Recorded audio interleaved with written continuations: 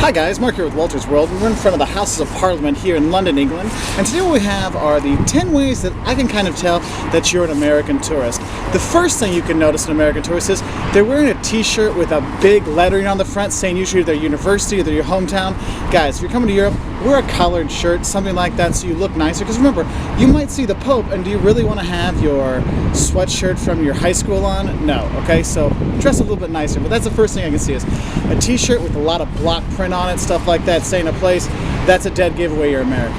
The second thing that gives you away as an American is you talk too loud. And it's amazing, when I go on the trains or the subway or in a restaurant, I can always hear the Americans over everyone else because they're talking so loud. Guys, remember, you need to use your inside voices when you're traveling around, okay? Not everyone wants to or needs to hear your conversations. My personal favorite is there was a girl, we were in Paris, and she's on this metro, and she's screaming, "I can't believe I'm drinking French champagne in Paris!" I'm like, oh my God. I literally had to hold my wife back because I think she was going to beat the crap out of her, okay? The third sign that you're probably an American tourist is you compare everything to the US, whether it's the food or the prices or whatever. The thing is, guys, you're in a different country, so you should be ready that it is different, okay? It's not weird, it's different. So you know what? If you're in Portugal, your bacon will have a little bone in it. And you know what? If you're in Italy, no, you're not going to have stuffed crust pizza, okay? So get ready for these little things and don't compare everything to the US because you're here for an adventure and to learn a new culture. So go and experience that. Don't compare it to home because then you'll be a lot happier. The fourth thing I see a lot is people ask prices. Well, how much is that in dollars?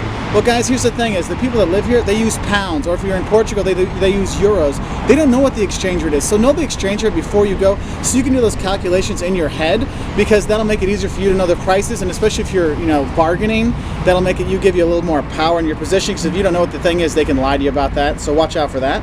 The fifth thing you do is you complain about the little things.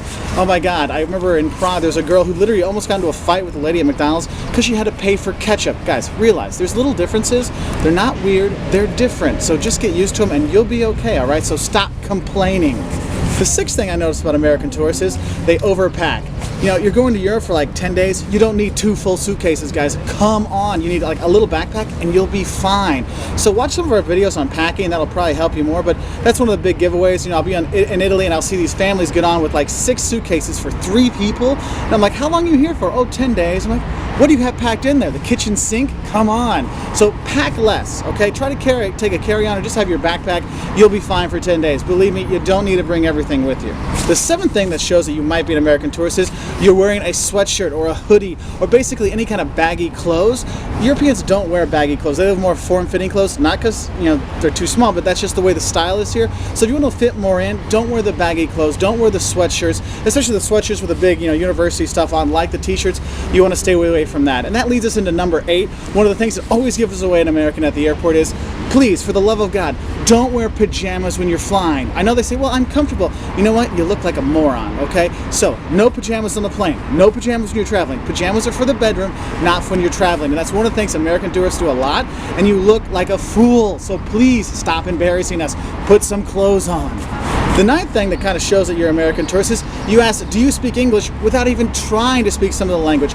That's why we have all these videos on 10 words you might need to know in Catalan, Portuguese, German. Even if you can say, lo siento, I'm sorry in Spanish, and I don't speak English, that's going to go a lot farther, or I don't speak Spanish, that's going to go a lot farther than just say, do you speak English?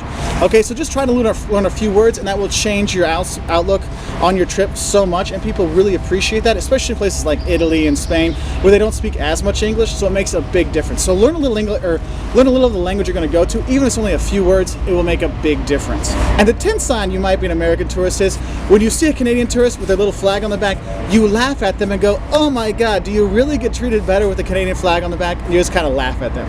Anyway, so those are 10 little things that I see that might show that you're an American tourist. If you want to learn more, like 5 ways not to be an ugly American, check us out at our website at waltersworld.com. We're also on Twitter and Facebook, and bye from London, England.